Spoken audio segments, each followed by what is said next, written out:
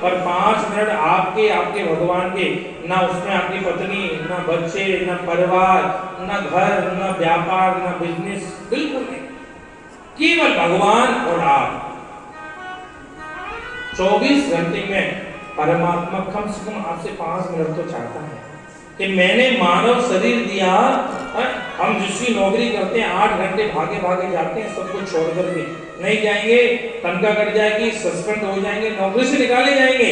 और जिसमें हमको ये मानव जीवन दिया है, हमें पूरी आजीवन भर की नौकरी दी है, 100 वर्ष की, 5 मिनट भी उसके पास जाके हुक्म नहीं आए, उसकी बंदगी नहीं कर सकते। हमारी कैसी भक्ति है।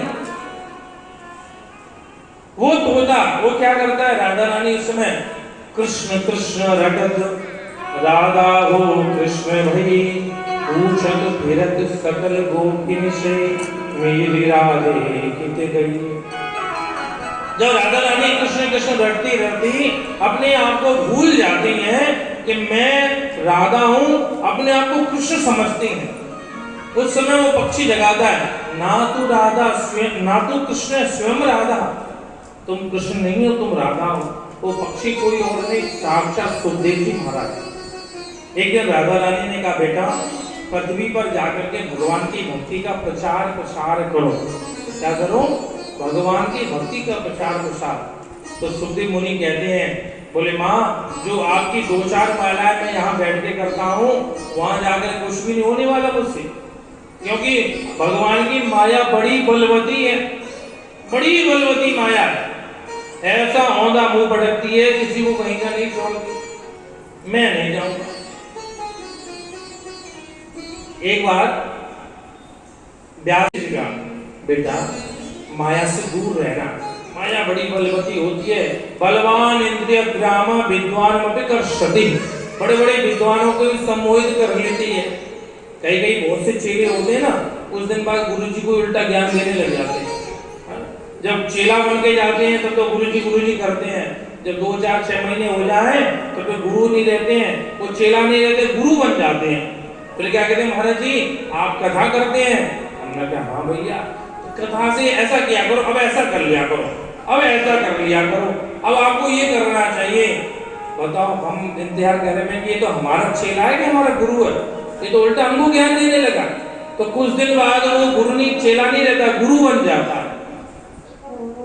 व्यास जी महाराज ने जैमिनी को बहुत समझाया, बोले बेटा इंद्रियों का विश्वास नहीं करना चाहिए, कब उल्टे मुंह पट गए, बहुत समझाया, नहीं माना। तो व्यास जी महाराज ने कहा ठीक है कोई बात नहीं, व्यास जी चले गए। उसी समय एक घटना घटी, अकेले जैमिनी ऋषि आश्रम में बैठ, अकेले थे, शाम को आंधी तूफान बारिश आने लगी, एक स्त्री अकेली युवावस्था वाली दरवाजे पे आ गई और बड़ी कपकपा रही थी, परेशान थी। जैमिनी ऋषि ने कहा अंदर नहीं आना, स्त्री का प्रवेश नहीं है। वो बहुत देर खड़ी रही, बोली महाराज आप संत हैं, संत दयालु होते हैं, आप मुझे कोई कोना दे दो, मैं रात्रि, तो जैसे ही ये सब समाप्त हो जाएगा मैं चली जाऊंगी। बोले नहीं नहीं, गुरु जी मना किया, अंदर नहीं आने देंगे। भीषण रात्रि, भीषण तूफान आंधी वर्षा, दया, अच्छा दया एक काम करो, इस कोने में चली जाओ। वहां भी बरसात में भीग रही थी, तो अपनी कुटिया के बगल वाली कुटिया बोले इसमें अंदर चली जाओ, लेकिन अगर मैं खुद भी कहूं तब भी नहीं खोलो।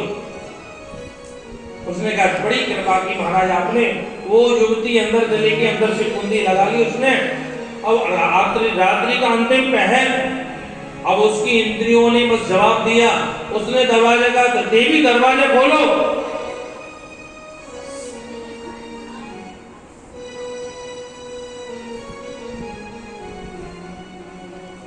देवी दरवाजा खोलो, ऐसे जाइए, ऐसे सामने संगीत वाले बैठे, बीच में से नहीं आते, मर्यादा होती है। बहुत अंदर से देवी ने मना कर दिया, नहीं नहीं मैं दरवाजा नहीं खोलूंगी। बोले मैं खुद जैमिनी बोल रहा हूं, बोले मैं दरवाजा नहीं खोल। इतनी इंद्रियां बलवती हुई, ऊपर छप्पड़ फाड़ करके जैसे नीचे कूदे तो क्या देखे व्यास जी महाराज बैठे हुए, पानी पानी हो गई। व्यास जी महाराज कहने लगे मैंने कहा था ना, बलवान इंद्रिय ग्रामा विद्वान कर्षति, इंद्रियों का कभी विश्वास नहीं करना चाहिए। सुखदेव जी महाराज कहते माँ जो आपका भजन करता हूँ वो सब व्यर्थ में चला जाएगा, राधा रानी ने कहा मैं अपना आशीष देती हूँ, मेरा बहन तो जीवन भर करेगा। कहते हैं उनका एक कैलाश पर्वत पर सुख पक्षी पक्षिणी के द्वारा जन्म हुआ, लेकिन बर्फीली हवा चलने के कारण जन्म लेते ही अंडा फूट गया। माता पिता दोनों छोड़ के चले गए। वो बालक वो बूढ़ा हुआ अंडा पड़ा था। नारद जी ने विचार किया, जिनके माध्यम से भगवान की भक्ति का प्रचार प्रसार होने वाला है, उनकी जन्म से पहले ही वो तो उनका समाप्त हो गया। नारद जी महाराज तुरंत भगवत प्रेरणा से माँ पार्वती के भवन में पहुंचे। माँ सुंदर भोलेनाथ की पूजा की तैयारी कर रही थी। भोलेनाथ समाधि अवस्था में बैठे थे। माँ ने कहा आओ आओ नारद बैठो ना, बहुत दिन हो गए आए नहीं। नारद जी ने कहा माँ मैंने आजकल आना बंद कर रखा है। माँ ने कहा क्यों? बोले आजकल लोग बड़े स्वार्थी हो गए, मनुष्य की क्या चले।